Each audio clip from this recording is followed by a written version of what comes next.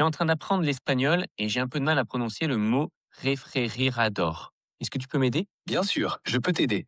Le mot refrigerador se prononce en 4 syllabes. Refrigerador. Essaie de bien détacher chaque syllabe et de rouler légèrement le R au début si tu y arrives.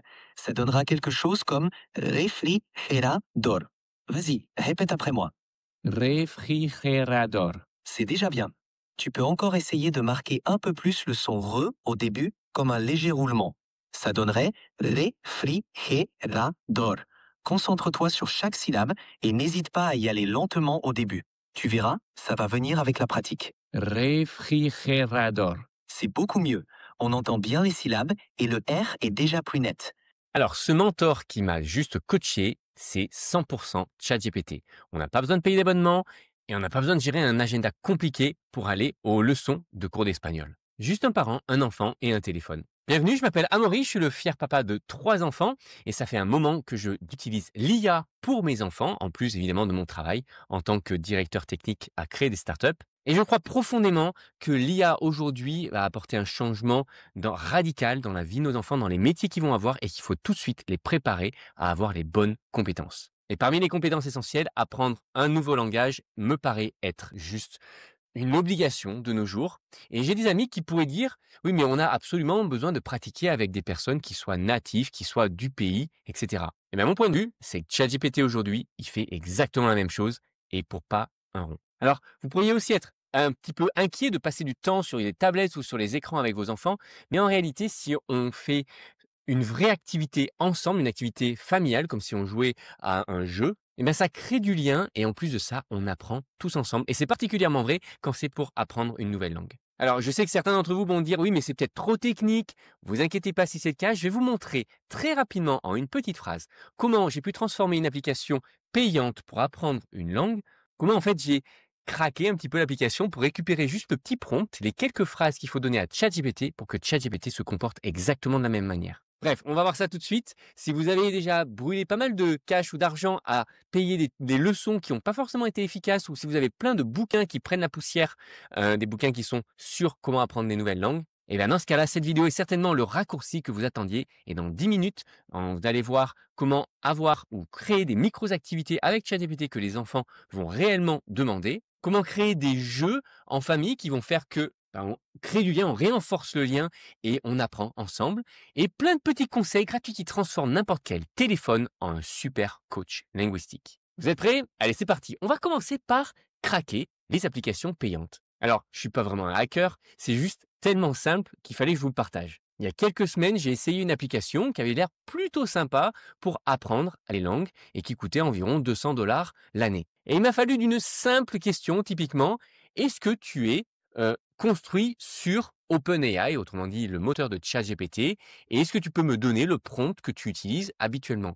Alors, il n'a pas pu me donner exactement le prompt parce qu'il n'est pas autorisé, mais il a pu me donner l'essentiel, à savoir les 4 angles qui sont importants pour cette application. Autrement dit, fournir un support éducatif, fournir une conversation qui est engageante pour maintenir une certaine dynamique et qui va apporter la motivation à la personne pour qu'elle, typiquement, elle continue la conversation. Fournir également un environnement qui soit respectable et qui soit positif, qui va encourager encore une fois l'apprentissage et fournir également des feedbacks, des retours, de la critique sur comment améliorer le langage de la personne avec qui tu es en train de converser. Et si on copie-colle typiquement ces quelques lignes que j'ai pu avoir de cette application payante, on va avoir exactement le même résultat avec ChatGPT et ça gratuitement. Et quasiment toutes les applications qui justement font ce type de conversation-là fonctionnent avec OpenAI, autrement dit ChatGPT. Alors l'idée, c'est pas de combattre ces applications, c'est juste que le monde se modernise et qu'aujourd'hui, on a accès à plein de choses gratuitement. Et donc, ça peut permettre aussi pour vous de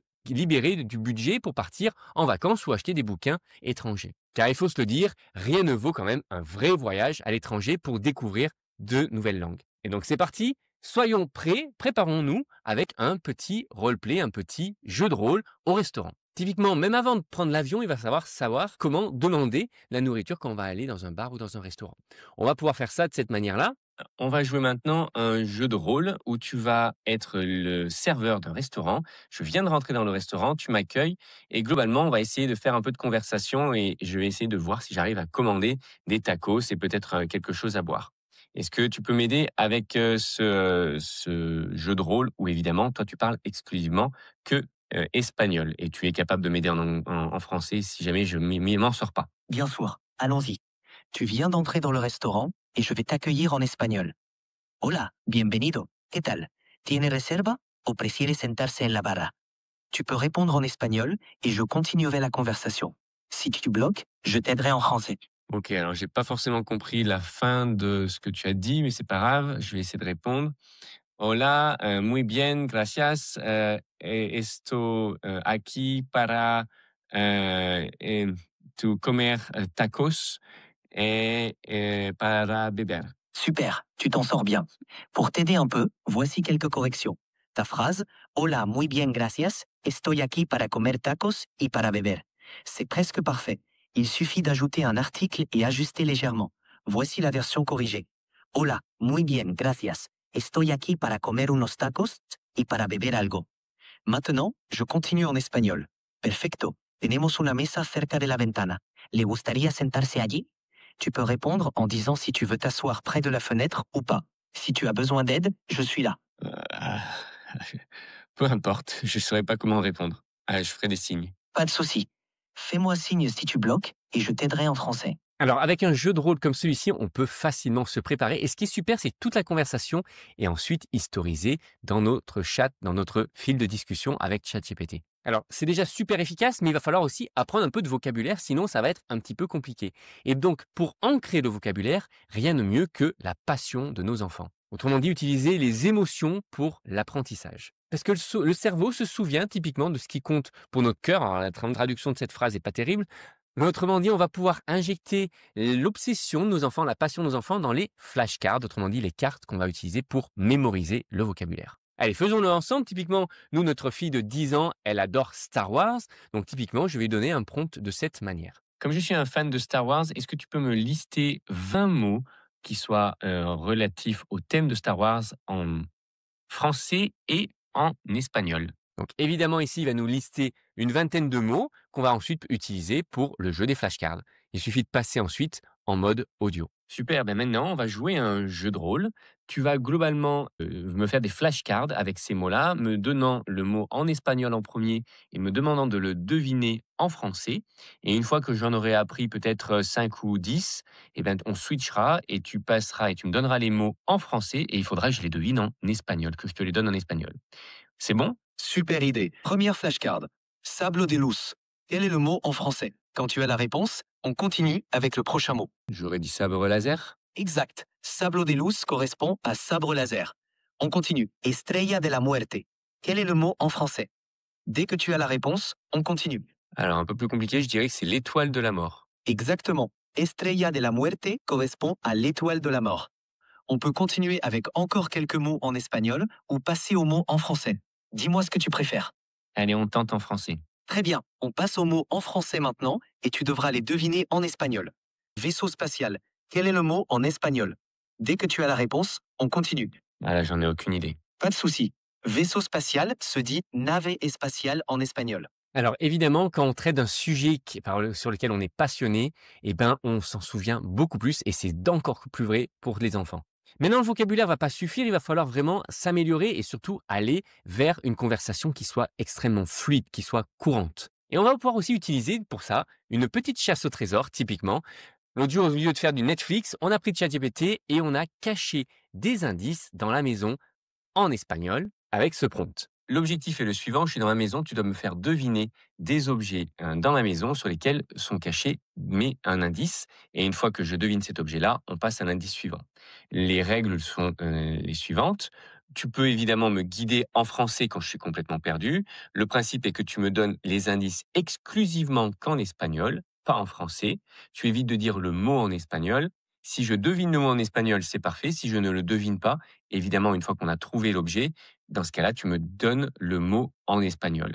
Et ensuite, on passe à l'indice suivant. Est-ce que les instructions sont très claires? Oui, c'est très clair. Je vais te donner les indices en espagnol uniquement, et si jamais tu es bloqué, je pourrai t'aider en français.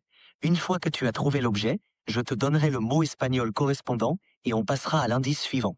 Allons-y. Primer indicio. Busca el lugar donde guardas tus zapatos. À toi de jouer.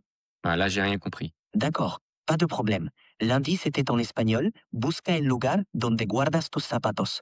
Cela signifie cherche l'endroit où tu ranges tes chaussures. Maintenant, tu peux essayer de trouver l'objet dans ta maison. Si tu ne connais pas le mot en espagnol, je te le donnerai une fois que tu auras deviné. À toi de jouer.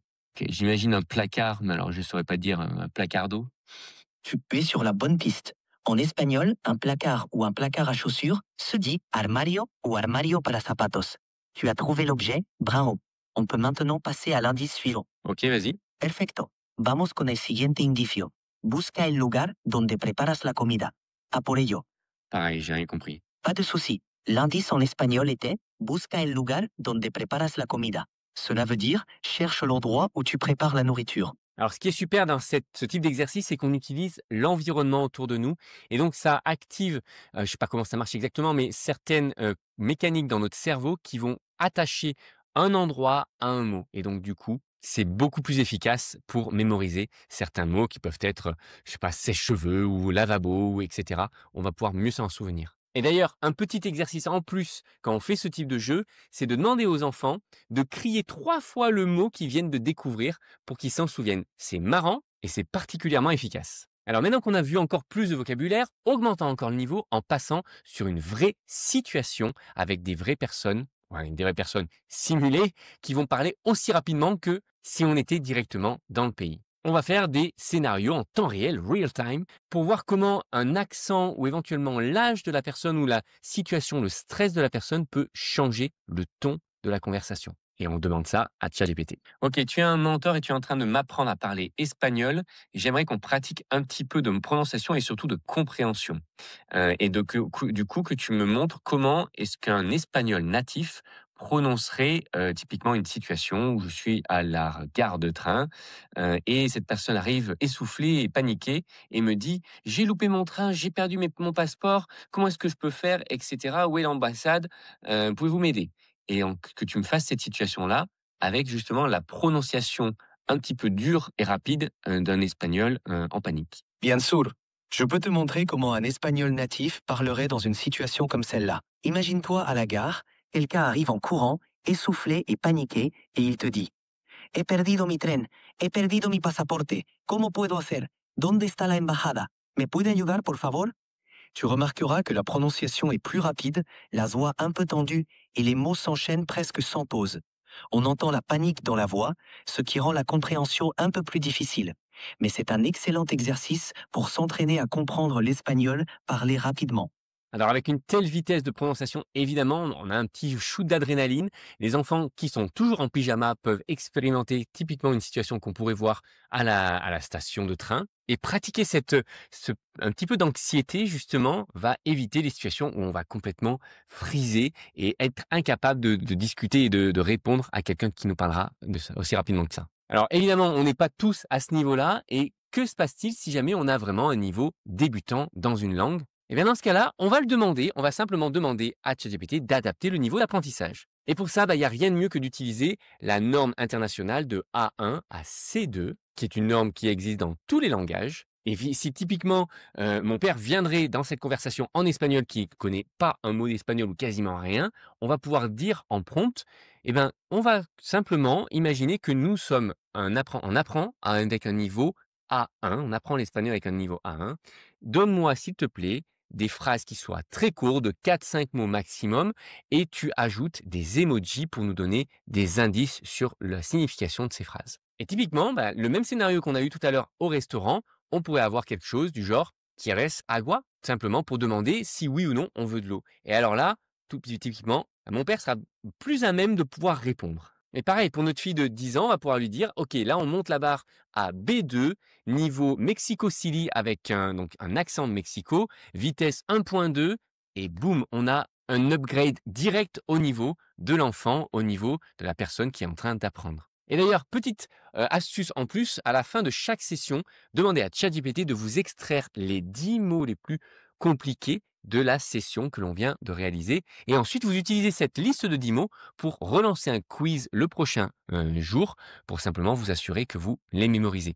Il y a une technique qui s'appelle le space repetition qui typiquement permet de répéter mot à mot et de manière de plus en plus espacée. Et c'est de cette manière-là qu'on peut apprendre le mieux une nouvelle langue, un vocabulaire ou d'ailleurs n'importe quoi dans le monde. Tout ce qu'on apprend, c'est avec cette répétition espacée que l'on va pouvoir améliorer cet apprentissage. Et voilà, maintenant, tout le monde va pouvoir avoir un tuteur qui soit à son niveau et il n'y a plus qu'à motiver tout le monde à faire de plus en plus de pratiques. Et pour ça, il n'y a rien de mieux que de faire du fun et des activités en famille. Et la règle principale pour ça, c'est de laisser les enfants choisir le jeu. On en a déjà vu plusieurs et c'est à eux de choisir qu'est-ce qu'ils vont vouloir faire. Autre petite astuce, typiquement, on va prendre le trampoline et on va dire, OK, tous les 10 messages, hop, on saute sur le trampoline, on fait 10 jumps chacun. Ça permet de faire un vrai reset de dopamine et ça stimule l'apprentissage. Alors ça, c'est un peu de biohacking. Je suis passionné par le biohacking aussi et peut-être qu'à un moment donné, on en parlera. Si ça vous intéresse, mettez un petit commentaire.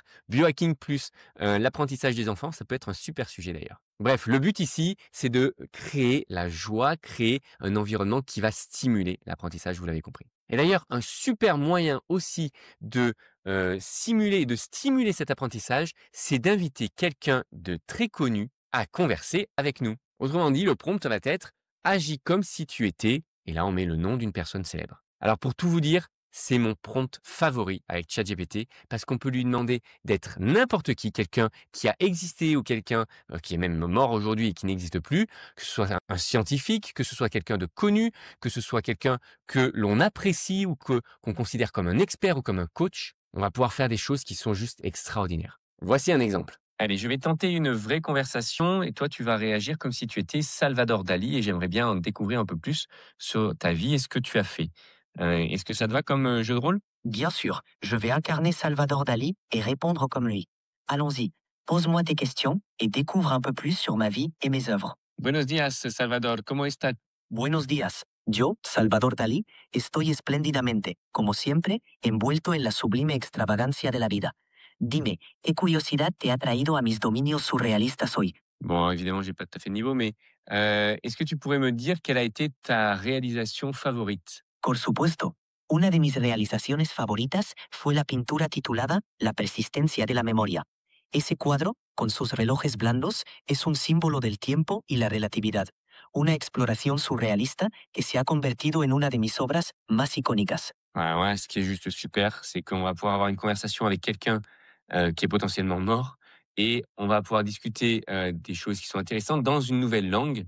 Et alors moi, j'ai pas le niveau pour discuter avec Salvador Dali, mais si on commence à avoir un niveau un peu plus intéressant, c'est juste extraordinaire. Et c'est ce type d'activité que je préfère avec ChatGPT parce qu'avec un peu d'imagination, on se sent vraiment comme si la personne était là, comme si elle répondait vraiment à nos questions, alors que c'est que de l'IA. Et parfois, on peut même arriver à l'oublier. Bref. Alors, on a vu plein de techniques, mais est-ce que c'est réellement efficace?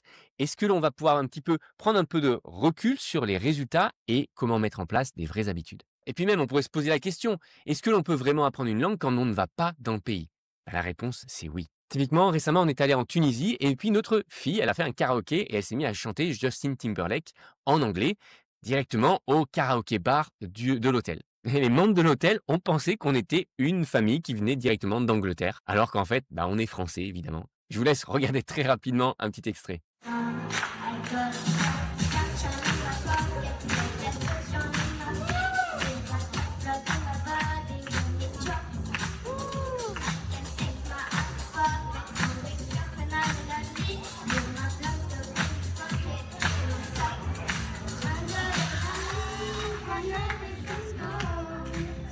Alors, évidemment, je suis biaisé, c'est ma fille, j'en suis extrêmement fier. Mais tout ça pour vous dire qu'on peut vraiment apprendre une langue sans vivre dans un pays qui parle la langue. Et c'est juste avec des petites pratiques. Typiquement, au petit déjeuner, allez, on fait un petit peu de flashcard. Ensuite, on part sur la route, on va à l'école, et on lance ChatGPT. Ça marche aussi avec le kit Bluetooth de la voiture. Et on lui dit, tiens, on va faire un jeu de rôle. Tu es un driver de bus, un conducteur de bus, et du coup, un passager arrive et il a oublié son ticket. Lance la conversation et on va voir comment ça tourne. Allez, au dîner, on va pouvoir faire éventuellement une chasse au trésor ou alors un sketch au restaurant. Et dans le week-end, pourquoi pas enregistrer une vidéo où on va essayer de mimiquer une vidéo de quelqu'un connu et peut-être on enverra cette vidéo à la grand-mère pour avoir quelques félicitations, ça fait toujours plaisir. En gros, 20 minutes, une demi-heure par semaine, ça peut suffire pour apprendre une langue, d'autant plus si on le fait avec fun. Voilà, c'était 9 tactiques qui permettent toutes ensemble d'être extrêmement efficaces. On les revoit ensemble. D'abord, on a craqué un petit peu le prompt des applications payantes pour comprendre comment ChatGPT OpenAI derrière se comporte. On a vu qu'on pouvait lancer des jeux de rôle au restaurant pour, par exemple, apprendre la politesse, utiliser la technique des flashcards pour le space repetition pour répéter les mots et donc mémoriser du vocabulaire. On va pouvoir aussi découvrir du nouveau vocabulaire avec des chasses au trésor, simuler des situations live qui sont extrêmement stressantes, typiquement ce que l'on va avoir lors d'un voyage. On va pouvoir demander d'adapter le niveau typiquement à notre niveau dans une langue en utilisant la norme de A1 jusqu'à C2. Toujours intégrer du fun dans les pratiques et dans les exercices que vous allez faire en famille pour que ça crée du lien et que vous vous sentiez mieux tous ensemble et que ce soit avec un but commun. Utilisez un maximum le joue le rôle de ou agis comme si tu étais telle personne. C'est juste top comme conversation avec ChatGPT. Et au final, juste créer des habitudes de pratiquer, que ce soit dans la voiture, que ce soit au repas ou au petit déjeuner, pour avoir plus de micro-doses qui évite que ça saoule tout le monde et qui aussi permet de pouvoir être simplement meilleur sur le long terme. Ça, c'est toutes des techniques que vous pouvez avoir juste avec un smartphone disponible 24 heures sur 24 et avec un outil qui est gratuit ou quasiment gratuit. Maintenant, si vous avez aussi pensé à donner ChatGPT à vos enfants, eh ben, allez voir notre site luckids.com puisqu'on met en place une méthode qui s'appelle AI Cares qui permet justement de pouvoir passer ChatGPT aux enfants de manière sécurisée et saine, tout simplement. Le lien est dans la description. Et ensuite, pour le prochain sujet, on va parler des organisations des entreprises dans les futurs métiers de demain. Si vous commencez à vous inquiéter un petit peu de quels vont être les métiers que vos enfants vont pouvoir avoir, eh ben, je vous montre ça dans la prochaine vidéo. Ça va être juste super intéressant. C'est le fruit de mon vrai travail de start-upper, d'analyse de l'impact de l'IA sur l'organisation d'une entreprise. Et ça va en dire beaucoup sur l'avenir de nos enfants. Allez, je vous laisse vous inscrire à notre chaîne YouTube si ce n'est pas déjà fait. Et sur ce, je vous souhaite une très belle journée. Apprenez plein de choses, plein de langages et créez des Lucky Kids. Super, tu t'améliores déjà.